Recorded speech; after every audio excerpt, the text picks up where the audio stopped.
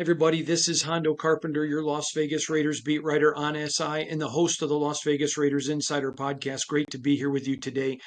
Got a ton to talk about the Raiders moving forward. A lot of discussion to have. So let's dig right in. I mentioned to you that there were some things I thought Chip Kelly did last week that I thought he was setting teams up for down the road. Now, I was told by people at Ohio State that he was so good at that. And so today he had a press conference, and we're going to put the video up for you to watch. And I asked I think it was the first question about that. And he said he really isn't doing stuff in X game for 3 games down the road. Now, it doesn't mean that they don't go back and say, hey, we want to do this against the team. Is there anything we've ever done in the past where we can do it out of that? So I thought it was a great answer on his part. I wanted to go to him and get his feeling of how that all works and how he maintains it. But that helps with just having an enormous playbook like he does. So I thought that was really interesting.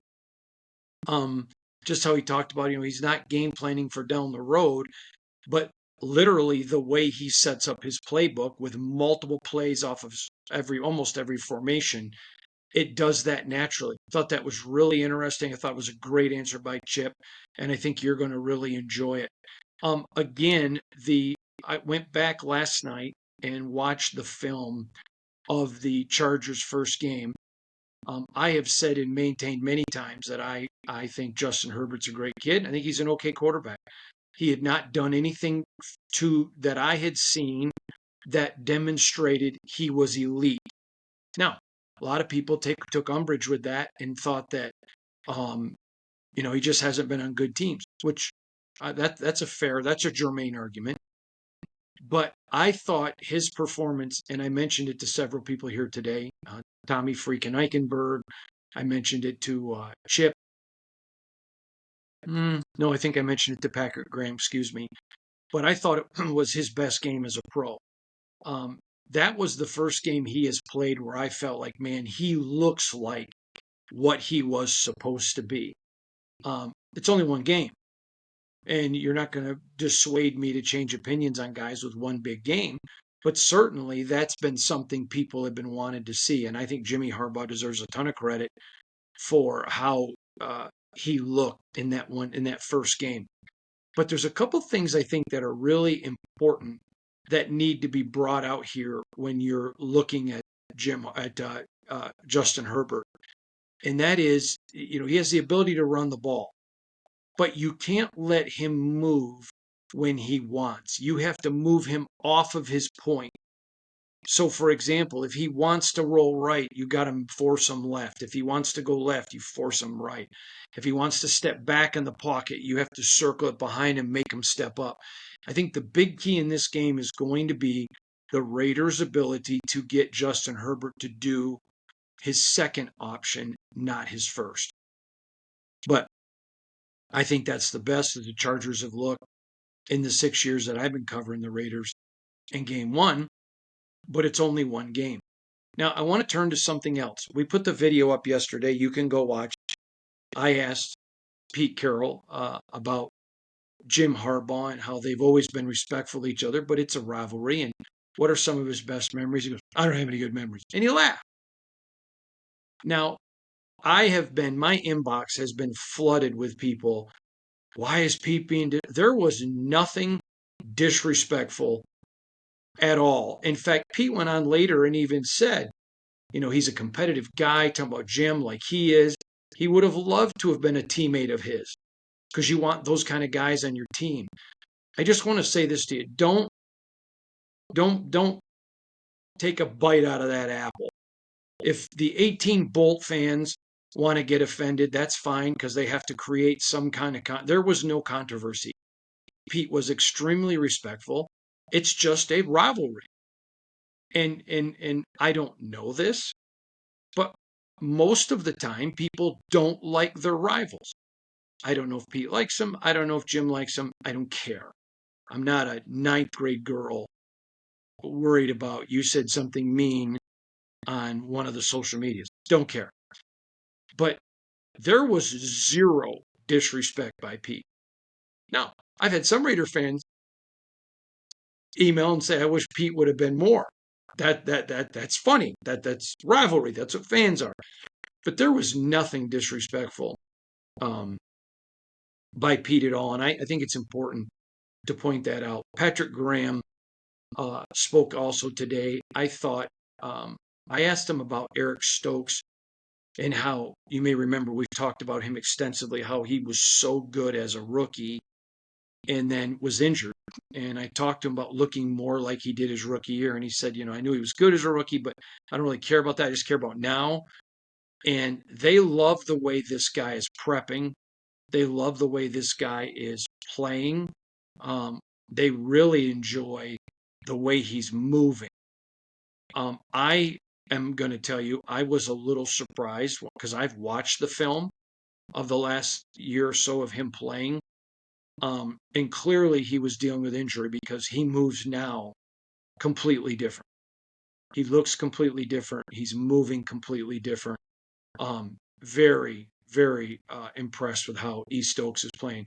Darnay Holmes is another guy I talked with in the locker room today. I was watching the film again, very impressed. It's one thing for a corner to help safeties or maybe even, whatever, point something out to another corner. But I noticed him on two occasions, maybe, no, it was two, where he's helping guys in front of him, either linemen or linebackers. And I had not seen that in Darnay, but it was there. And I thought that was very impressive with him. And here is the thing. This is something that I didn't talk about a lot. And ironically, someone in the organization felt like I needed to talk more about it. I hinted at it.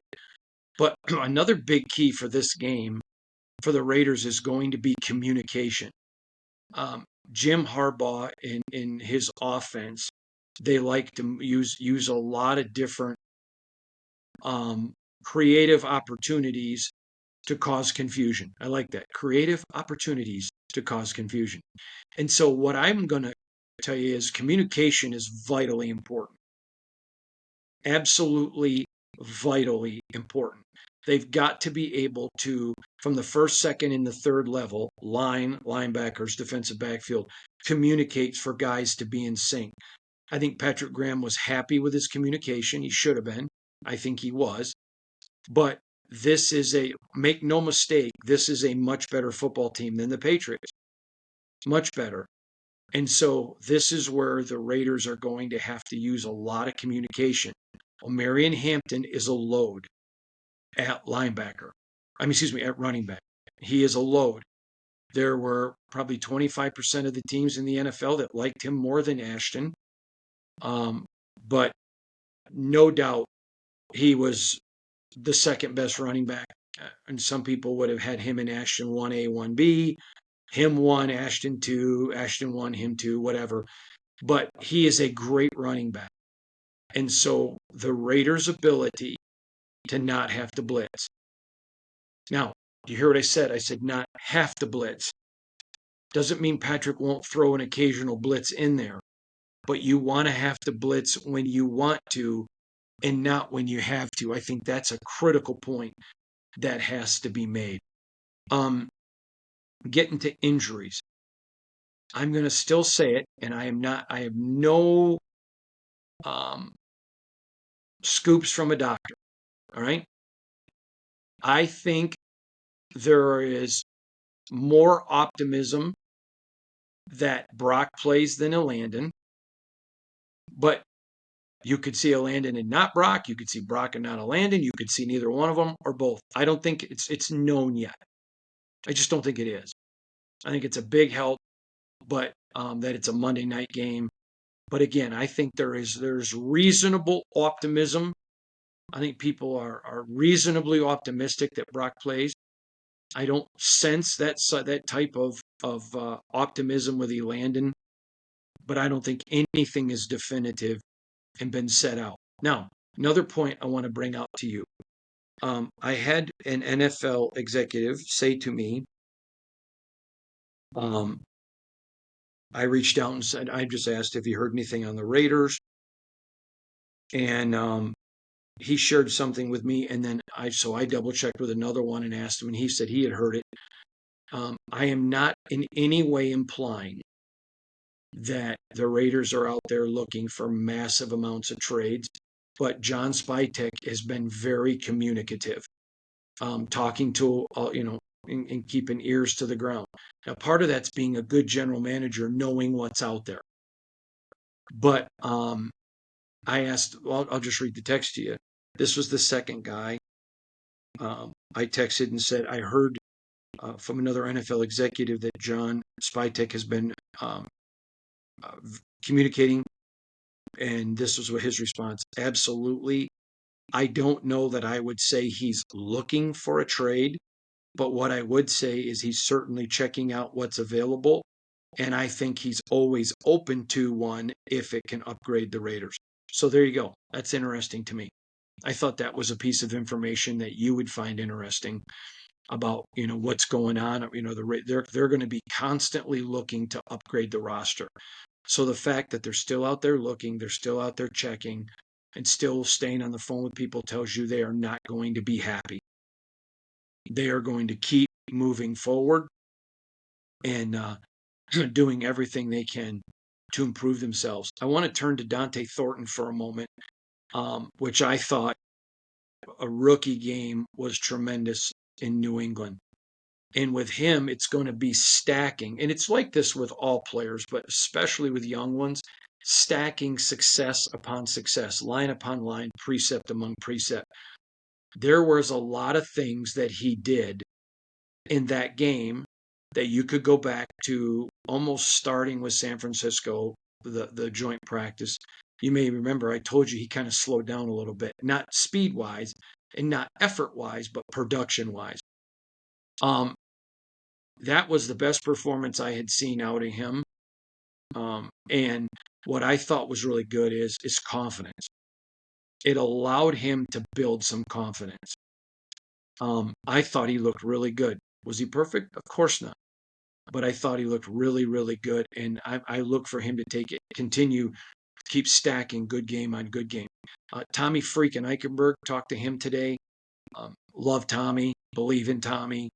He's going to end up one day being a really good NFL linebacker. And I talked about he did a lot of really good, but he did a lot that he can improve on, and that's okay, having good tape. I will tell you this, though, and I owe him an apology. So I'm a Spartan. He's a Buckeye. So we both have a natural disdain for the University of Michigan. And I mean all that in fun. I have some great friends who played there and coached there and are still part of the program today. So I don't in any way mean it disrespect. Just it's rivalry stuff. And I brought up a bad memory. I thought he had won against Jim Harbaugh his freshman and junior year. Found out he only won his freshman year. So I brought that memory up. Sorry, Tommy. But it's going to be great getting to take on Jim Harbaugh again on Monday night. Just another little wrinkle to the rivalry. It'll be a lot of fun. I want to get in a little bit on something that I don't think has gotten enough attention. I blame myself for that. It should have. But there's been so many bullet points I wanted to talk to you about. I take blame for this. And that is the Raiders tackling in that game against the Patriots. Now, because of the new look in the NFL, limited practices, limited contact, all of that kind of stuff, tackling normally looks bad until about week 4. And the Raiders tackling in that game last week, considering where it was from the first preseason game forward, was not even on the same plane. And Patrick Graham even said today, if you were to take game 1 of the preseason to game 1 of the regular season, it didn't even look like the same team. So anyways, I thought that was interesting, and I think that deserves a lot of credit to the guys. I thought the tackling, I know people were concerned about it in the preseason, but I think you saw that get really adjusted super quick. I want to talk about Pete Carroll with you for a minute, and the laying the groundwork for laying the groundwork for competition. So today they were in practice uh, and playing basketball on the football field.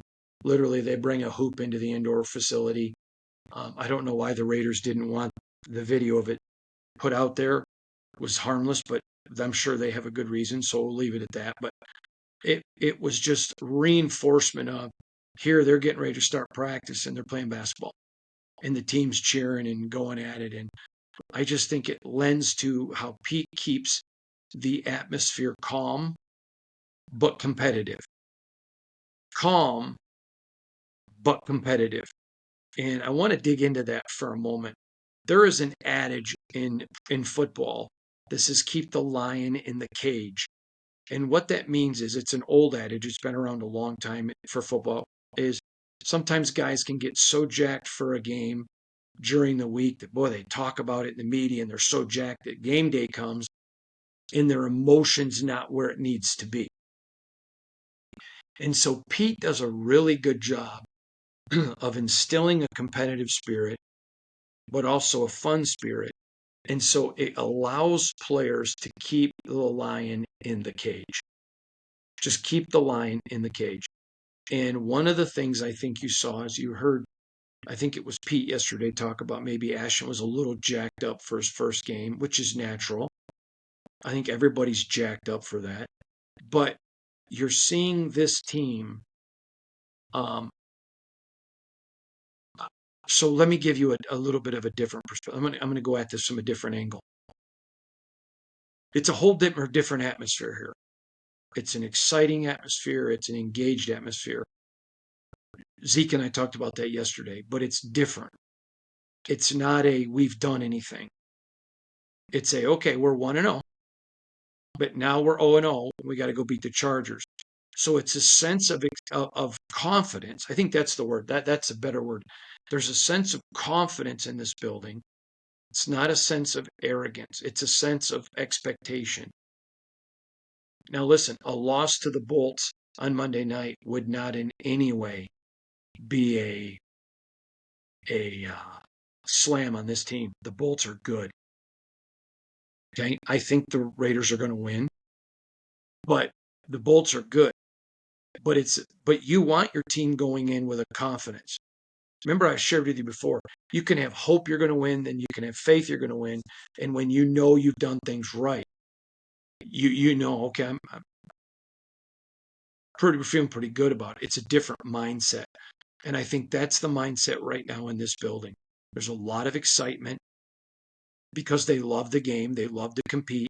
I mean, like I said, playing basketball, all of that. But there's also a sense of confidence.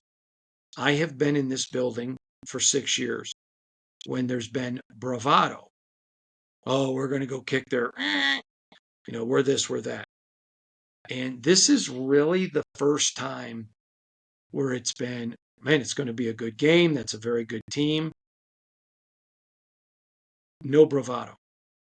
They expect to win. They think they're going to win. Now, I want to probably end with this, but it's an important one. This is going to be an enormous game for the Raider organization and franchise to really connect with their fan base. So let me go a step farther. Since the Raiders have come to Vegas, and I've been at every game, I have not sensed that they have yet grasped and connected with their team. Doesn't mean fans don't show up, but I have lots of friends that are season ticket holders and that like the Raiders.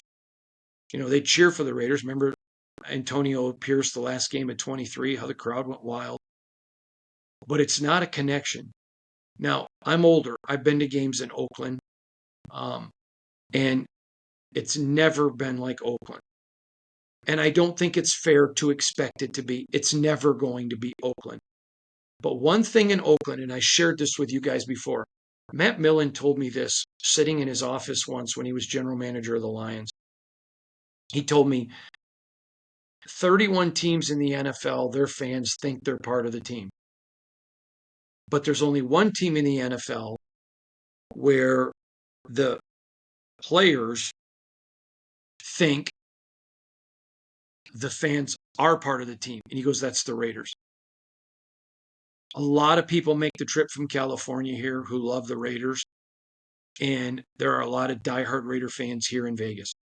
I acquiesce that. I cede that to you.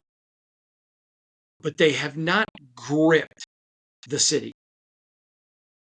And so you come into this game, new regime, and I've said it 100 times. I think Raider fans are some of the smartest football fans. They just are. They get the game. You go on the road, get a big win against New England. Now you come home to your stadium, and it is a complete blessing they're playing the Chargers, who don't have a ton of fans that travel. They have some, but not a ton. Again, if this was Kansas City, if this was the Bears, if this were Dallas, it wouldn't be a home game. But they have a chance because Raider Nation knows the Chargers are really good. If they can get that win, my wife would be part of a small group who would think Super Bowl. But most fans are going to know, okay, this isn't a Super Bowl team, but it's improving. And I think it opens the door of opportunity for this franchise to connect. This fan base wants to be connected. It's been decades. I wish I could tell you the amount of emails I get from fans that says things to me like, Uncle Hondo, my kids are going to go root for other teams. The Raiders don't ever win. It's constant discombobulation.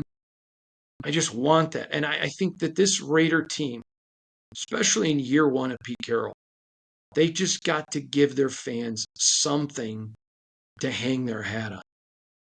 Just something. And I think this game is going to be enormous. And I think the difference in this game, I was on a national radio show this morning, and they asked me, what do you think is going to be the difference in the game on Sunday? And I said, Raider Nation. And the radio host goes, what? They don't even very often have the majority of their fans. I said, it's going to be Raider Nation. They're going to show up in force. And Raider Nation, I have pimped you around the country. This is going to be a game the fans, I think, put the Raider team over the top. It's got to be loud, and the players feed off of it. Pete feeds off of it. And I think this is a great opportunity for this franchise to make a statement. And I fully expect Raider Nation to be fully engaged. And I think it's going to be a great ball game. All right, everybody. We'll see you again tomorrow. We got lots of video coming at you today, so check all that out as well. Have a great day. God bless you.